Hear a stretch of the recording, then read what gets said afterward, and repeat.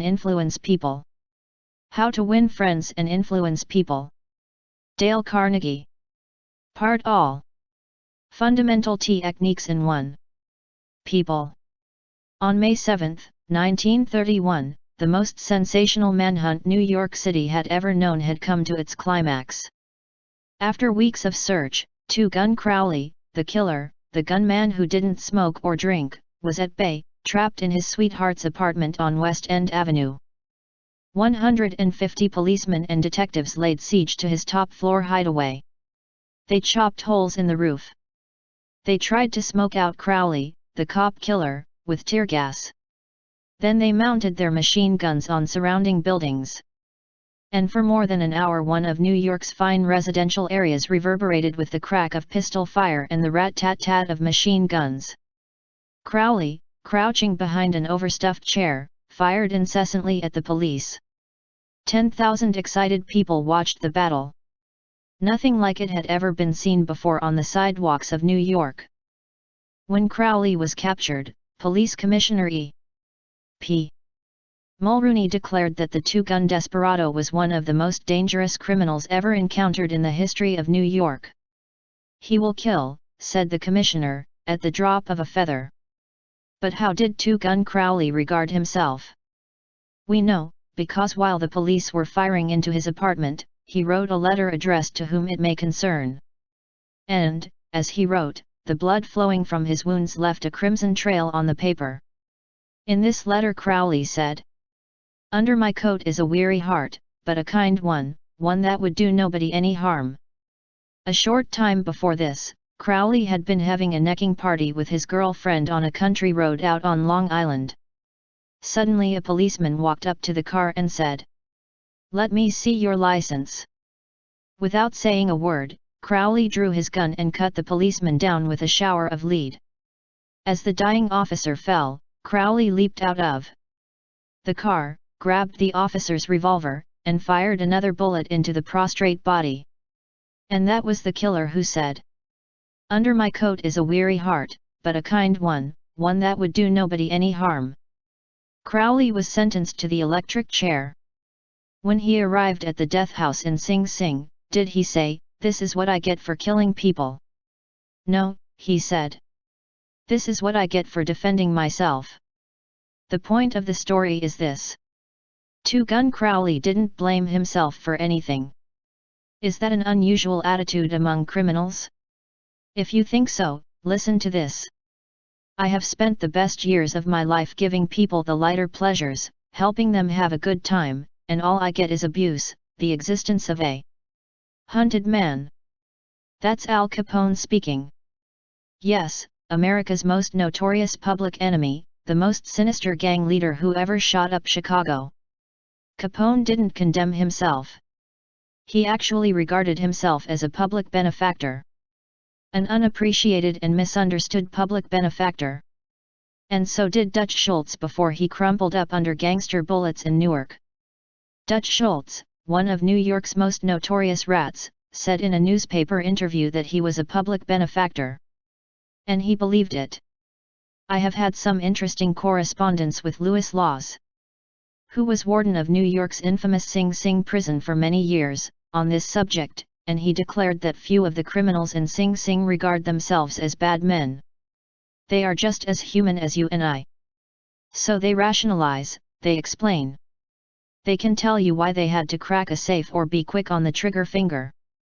Most of them attempt by a form of reasoning, fallacious or logical, to justify their antisocial acts even to themselves, consequently stoutly maintaining that they should never have been imprisoned at all. If Al Capone, Gun Crowley, Dutch Schultz, and the desperate men and women behind prison walls don't blame themselves for anything, what about the people with whom you and I come in contact? John Wanamaker, founder of the American stores that bear his name, once confessed, "I learned 30 years ago that it is foolish to scold. I have enough trouble overcoming my own limitations without fretting over the fact that God has not seen fit to distribute evenly the gift of intelligence." Wanamaker learned this lesson early, but I personally had to blunder through this old world for a third of a century before it even began to dawn upon me that 99 times out of 100, People don't criticize themselves for anything no matter how wrong it may be. Criticism is futile because it puts a person on the defensive and usually makes him strive to justify himself. Criticism is dangerous, because it wounds a person's precious pride, hurts his sense of importance, and arouses resentment. B. F. Skinner, the world-famous psychologist, proved through his experiments that an animal rewarded for good behavior will learn much more rapidly and retain what it learns far more effectively than an animal punished for bad behavior. Later studies have shown that the same applies to humans. By criticizing, we do not make lasting changes and often incur resentment. Hans Selye, another great psychologist, said, "As much as we thirst for approval, we dread condemnation." The resentment that criticism engenders can demoralize employees, family members, and friends, and still not correct the situation that has been condemned. George B. Johnston of Enid, Oklahoma, is the safety coordinator for an engineering company. One of his responsibilities is to see that employees wear their hard hats whenever they are on the job in the field. He reported that whenever he came across workers who were not wearing hard hats, he would tell them with a lot of authority of the regulation and that they must comply. As a result, he would get sullen acceptance, and often after he left, the workers would remove the hats. He decided to try a different approach. The next time he found some of the workers not wearing their hard hat, he asked if the hats were uncomfortable or did not fit properly. Then he reminded the men in a pleasant tone of voice that the hat was designed to protect them from injury and suggested that it always be worn on the job. The result was increased compliance with the regulation with no resentment or emotional upset. You will find examples of the futility of criticism bristling on 1,000 pages of history. Take, for example, the famous quarrel between Theodore Roosevelt and President Taft, a quarrel that split the Republican Party, put Woodrow Wilson in the White House, and wrote bold, luminous lines across the First World War and altered the flow of history. Let's review the facts quickly. When Theodore Roosevelt stepped out of the White House in 1908, he supported Taft, who was elected president. Then Theodore Roosevelt went off to Africa to shoot lions. When he returned, he exploded. He denounced Taft for his conservatism, tried to secure the nomination for a third term himself, formed the Bull Moose Party, and all but demolished the GOP. In the election that followed, William Howard Taft and the Republican Party carried only 2 states, Vermont and Utah. The most disastrous defeat the party had ever known. Theodore Roosevelt blamed Taft, but did President Taft blame himself? Of course not. With tears in his eyes, Taft said, "I don't see how I could have done any differently from what I have." Who was to blame? Roosevelt or Taft? Frankly, I don't know, and I don't care. The point I am trying to make is that all of Theodore Roosevelt's criticism didn't persuade Taft that he was wrong. It merely made Taft strive to justify himself and to reiterate with tears in his eyes, "I don't see how I could have done any differently from what I have." Or, take the Teapot Dome oil scandal. It kept the newspapers ringing with indignation in the early 1920s. It rocked the nation. Within the memory of living men, nothing like it had ever happened before in American public life. Here are the bare facts of the scandal. Albert B. Fall, Secretary of the Interior in Harding's cabinet, was entrusted with the leasing of government oil reserves at Elk Hill and Teapot Dome, oil reserves that had been set aside for the future use of the Navy. Did Secretary Fall permit competitive bidding? No sir. He handed the fat, juicy contract outright to his friend Edward L. Doheny. And what did Doheny do? He gave Secretary Fall what he was pleased to call a loan of $100,000. Then, in a high-handed manner, Secretary Fall ordered United States Marines into the district to drive off competitors whose adjacent wells were sapping oil out of the Elk Hill reserves. These competitors, driven off their ground at the ends of guns and bayonets, rushed into court, and blew the lid off the Teapot Dome scandal. A stench arose so vile that it ruined the Harding administration, nauseated an entire nation, threatened to wreck the Republican Party, and put Albert B. Fall behind prison bars. Fall was condemned viciously, condemned as few men in public life have ever been. Did he repent? Never. Years later Herbert Hoover intimated in a public speech that President Harding's death had been due to mental anxiety and worry because a friend had betrayed him. When Mrs.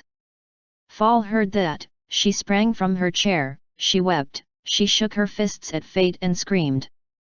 What? Harding betrayed by Fall? No. My husband never betrayed anyone. This whole house full of gold would not tempt my husband to do wrong. He is the one who has been betrayed and led to the slaughter and crucified. There you are. Human nature in action, wrongdoers, blaming everybody but themselves. We are all like that. So when you and I are tempted to criticize someone tomorrow, let's remember Al Capone, Gun Crowley and Albert Fall. Let's realize that criticisms are like homing pigeons. They always return home. Let's realize that the person we are going to correct and condemn will probably justify himself or herself, and condemn us in return. Or, like the gentle Taft, will say, I don't see how I could have done any differently from what I have. On the morning of April 15, 1865, Abraham Lincoln lay dying in a hall bedroom of a cheap lodging house directly across the street from Ford's Theater, where John Wilkes Booth had shot him. Lincoln's long body lay stretched diagonally across a sagging bed that was too short for him. A cheap reproduction of Rosa Bonheur's famous painting The Horse Fair hung above the bed, and a dismal gas jet flickered yellow light. As Lincoln lay dying, Secretary of War Stanton said, "There lies the most perfect ruler of men that the world has ever seen." What was the secret of Lincoln's success in dealing with people? I studied the life of Abraham Lincoln for 10 years and devoted all of 3 years to writing and rewriting a book entitled Lincoln the Unknown. I believe I have made as detailed and exhaustive study of Lincoln's personality and home life as it is possible for any being to make. I made a special study of Lincoln's method of dealing with people. Did he indulge in criticism?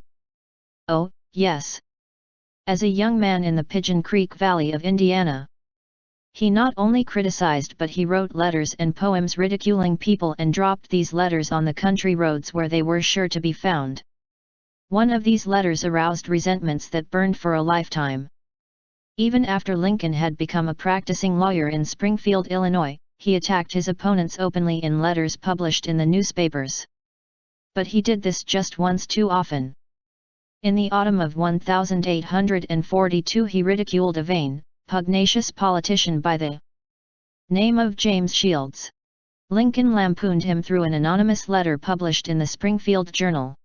The town roared with laughter.